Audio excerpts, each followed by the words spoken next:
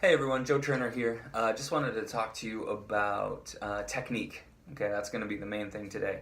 Not so much how we hold the stick, but more about how we move the stick or how we work with our students and moving the stick if you're an instructor. Before I get into that, this goes right out to the instructors. This tip is going to be no use for you if you don't actually pay attention to your students and how they're moving. The number one complaint I get from parents and students, sorry about that, when I get them from a previous instructor is most of the time it's that the instructor didn't really pay attention. Okay, they weren't really watching. They were giving them stuff to do. They were giving them stuff to learn, whether it be a song or a drum beat or a rudiment. But then it was kind of like, okay, go for it. I'll see you in 5 minutes, kind of a thing. Okay.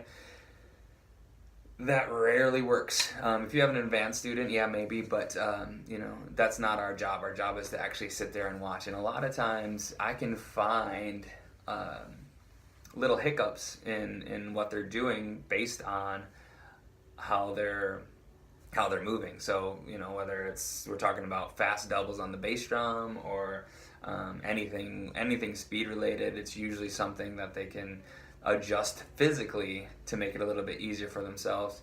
And sometimes it's a timing thing. Actually, often it's a timing thing. When I have students that maybe are moving too fast through the song, I can usually adjust how they're moving and how they're holding their sticks or their foot, to make it a little bit easier for them to stay in time as they get more comfortable with time and start learning control a little bit more. All these things can help, but I only know this stuff by watching them as they're playing. Even if it's a song they've played 1,000,000 times before or a drum beat they've played 1,000 times, you still need to watch because you'll find little things, and sometimes it's subtle, but the more you get practice actually watching how they're moving, watching their body mechanics, looking at their fingers, looking at how they're holding their foot as they play and in between the notes, that makes a really, really big difference. So with that being said, one of the number one things that I've been working with my students on, especially in the beginning as they're getting more comfortable with holding the sticks and playing, is what I call the whip versus the sledgehammer.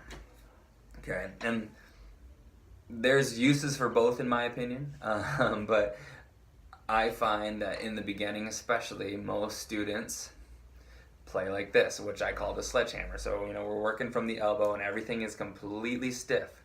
And because of that, that's a lot to move. You got your whole forearm and then the whole drumstick. That's a lot to try to move, especially when you're dealing with speed, right?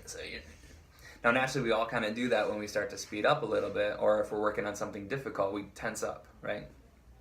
So it's all about getting them out of the habit.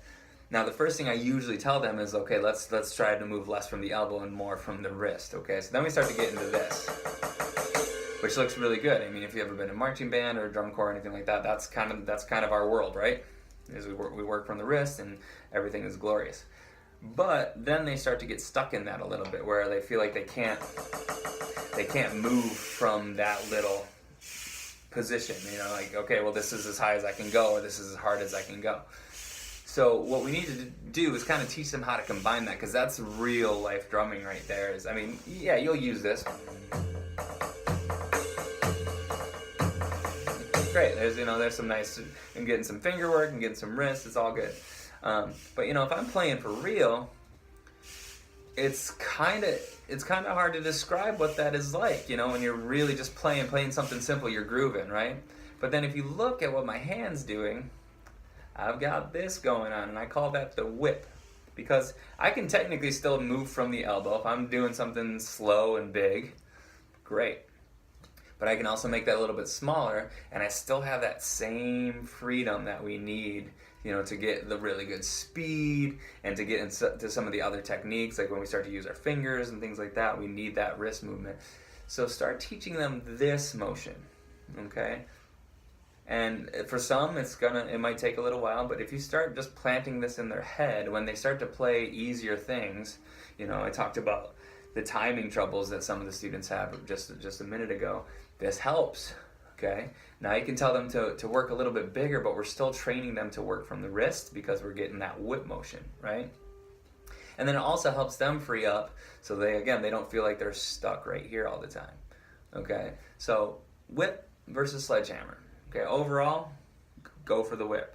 Okay, looks real nice, feels nice, and then we've got, like I said, we've got all this freedom and mobility. That's what we're looking for, and then that frees us up for more interesting and complicated stuff later on. Okay.